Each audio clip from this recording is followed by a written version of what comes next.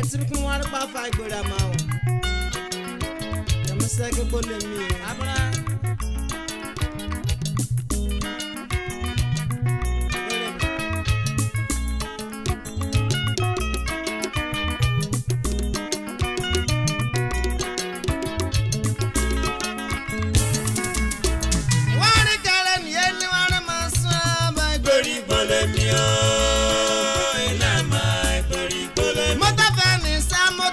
The civil service is the engine room of any government.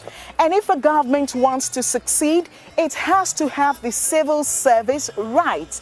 Governor Seriake Dickson, knowing this, decided to have an interactive session with the civil servants to tell them the road he wants them to take, knowing full well that a civil service that works seamlessly means development for Bayelsa State. On this special edition of Restoration Chronicles, we take a look at this interactive session between Governor Seriake Dickson and the civil servants. I'm Taribio Walson Owefawari. Come along with me as we take a look at this interactive session.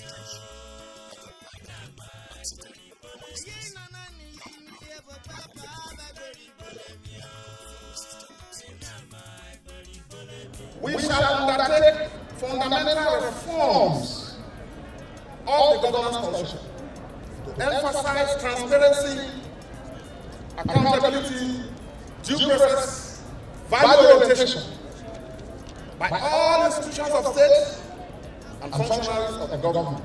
There shall be zero tolerance for corruption under this administration. I will rather use our commonwealth to fund the construction of roads, to fund free education. Be prepared, my dear people of Bayelsa State, for a fundamental paradigm shift in the governance culture, in the values and lifestyles of all of us, particularly public officials.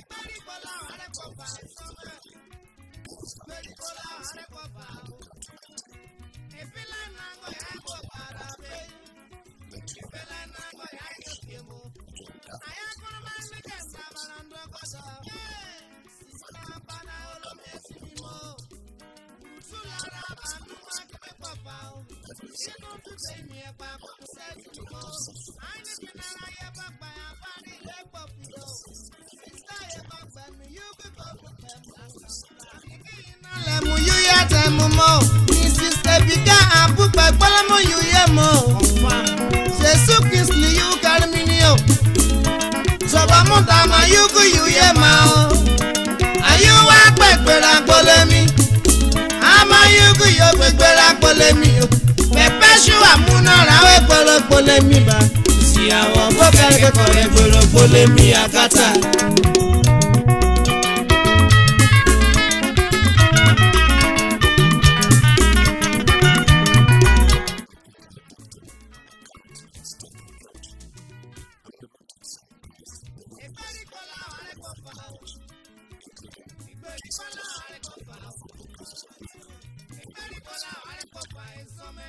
And the head of service was thanking me for providing transport buses.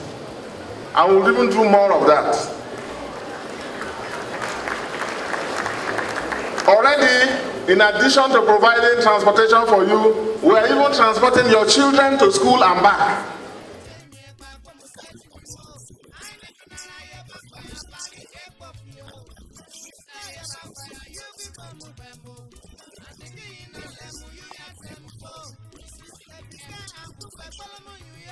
What I want to do is to see how we can support you and take most of the load off you. I just told you I inaugurated committees even before coming here. One of them has to do with how you people will get low-cost houses. We have to introduce an insurance system for our public service. I know there is one, but it exists more in name. So, what we will come up with, like most things we have done, is going to be something that the rest of the states will be copying from. We want a system whereby we have a contributory arrangement, most of which will be funded by the states. By the states, we will have a diagnostic center, world class, and then the other facilities where you go, they test you, and whatever is wrong, you virtually don't pay anything. And the first people to enjoy that are the civil servants.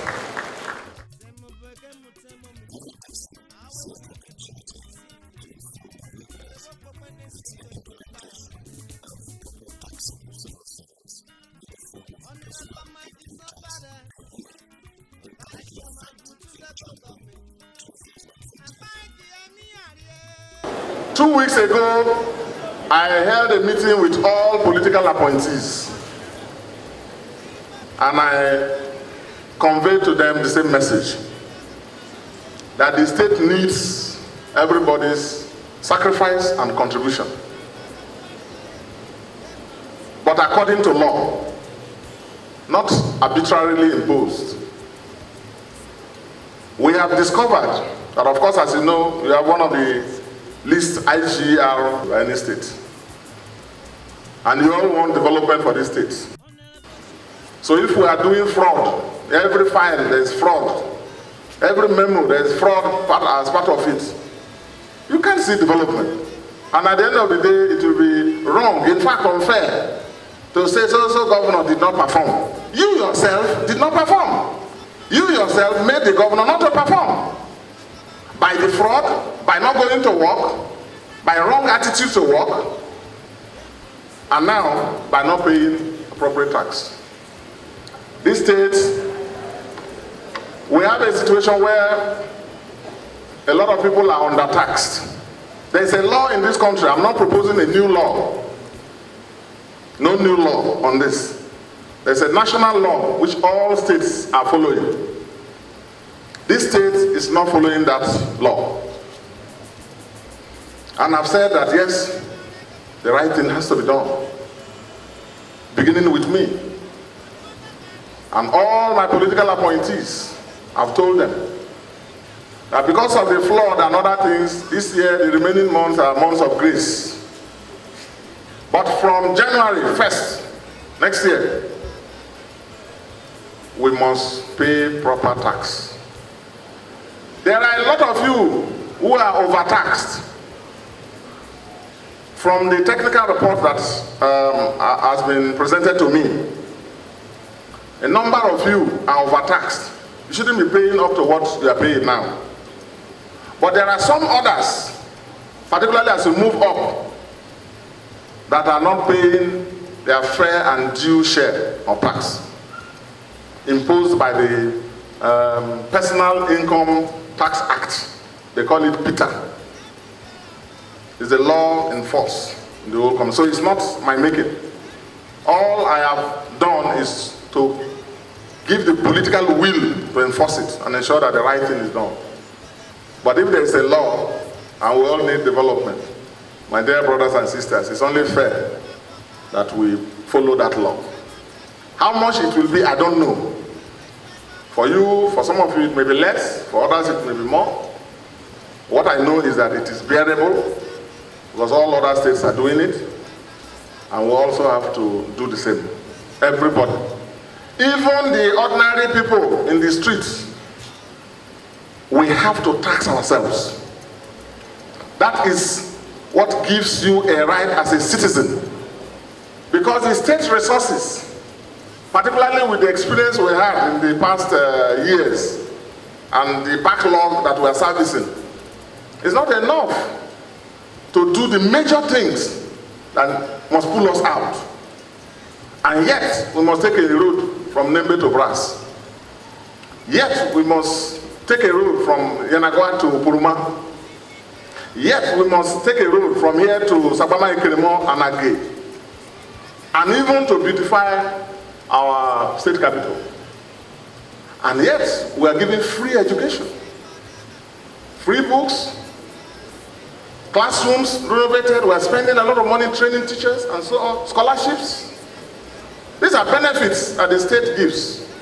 So it will not be out of place for citizens to also pay their own so that they show that they have a stake.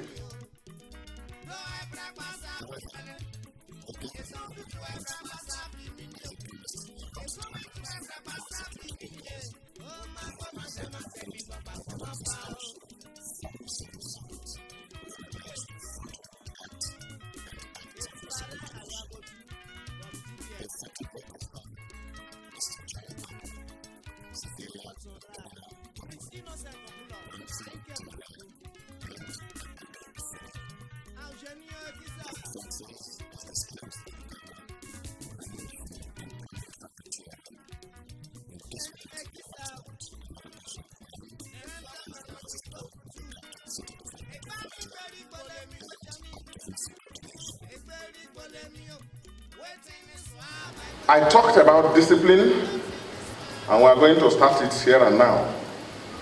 I have directed the immediate suspension of the following civil servants. Mr. John Appa, who used to be Environmental Sanitation Secretary, on account of the several endless cases of employment racketeering in the Environmental Sanitation Authority while he was there. I am not going to condone any such action by anybody. The second person is one surveyor in Gibina Couple, suspended with immediate effect on account of indiscriminate allotments and allocations of lands against the master plan by the CCDA. Stands suspended with immediate effect. I've directed the appropriate organs to institute the processes that will lead to that. The Oxbow Lake and all those areas are not meant to be allocated for slum houses to distort our master plan. We can't allow that. There should be a formal report of the activities in the next 2 weeks before me.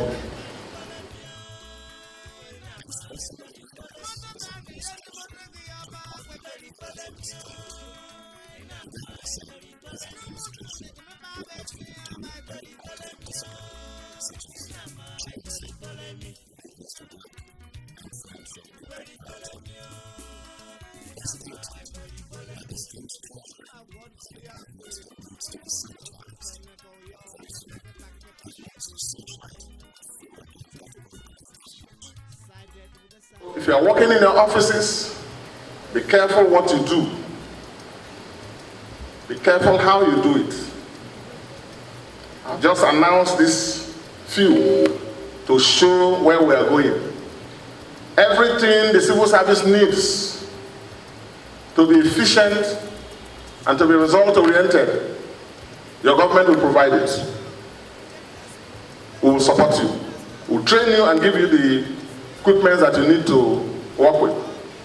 But I'll be the first to discipline, because I know the discipline that I have also given to myself while serving you all. Very soon, my program for the treasury will be announced. Those who want to convert our treasury and its system in collusion with the banks, you will hear more from us very soon.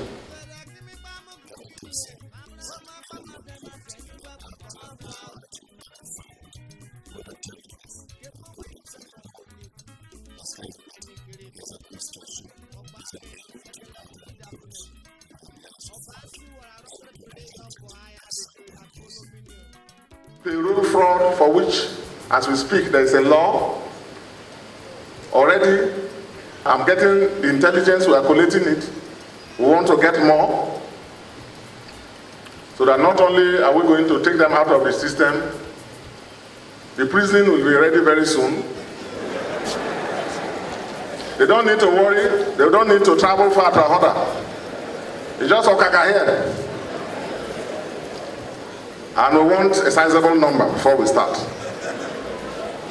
So blessed are those who go on committing payroll fraud, for their cup shall be full very soon.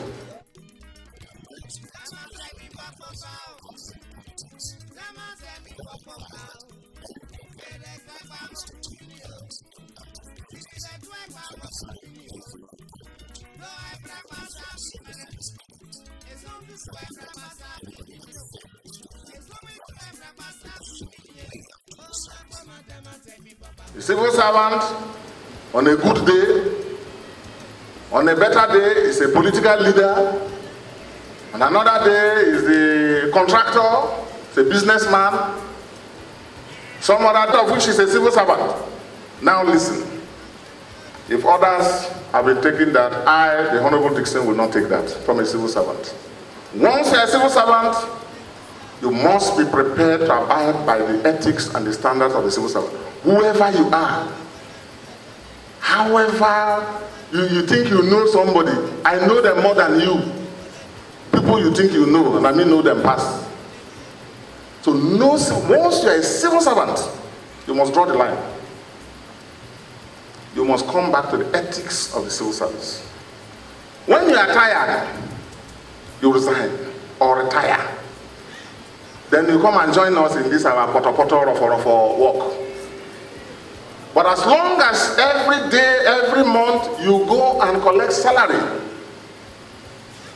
and you claim arrears and this and that and this, you're a civil servant, you must give us the work of a civil servant. My own duty is to create an environment that will enable you to be your best as a civil servant. There are some, every election cycle, they go contest election. Then they say, hold my application. Some, they don't even bother these days to write. You were all in this state when not even civil service rules. As Attorney General, sitting Attorney General, I took a decision to contest senatorial election. All of you saw it. I resigned 3 months to the date of primaries. Resigned and left my office as Attorney General of the state, and was outside contesting an election. So in this state, we are going to have a clear distinction between those who want to be politicians and those who want to be civil servants doing the work of the civil service. We will have a distinction between those who want to be business people and those who want to be civil servants. And as I said, once the silent inquiry is completed, they will know themselves, and the appropriate agencies, the commission and the head of service, will swing into action.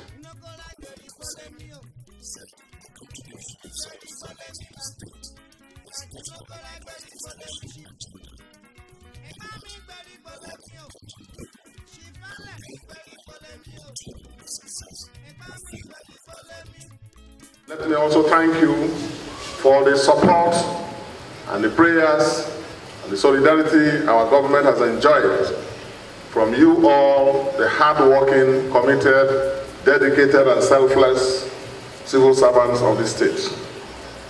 You are the engine room. It is you and you alone who will determine whether this state moves forward or changes for the better.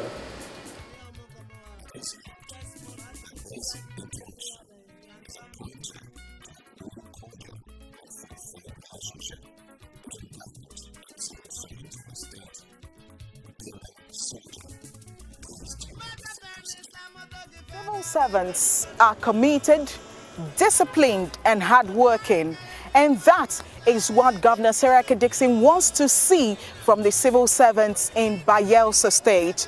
It is hoped that with this interactive session and policies put in place, that the civil service will form into the dream that Governor Seriake Dickson has for it.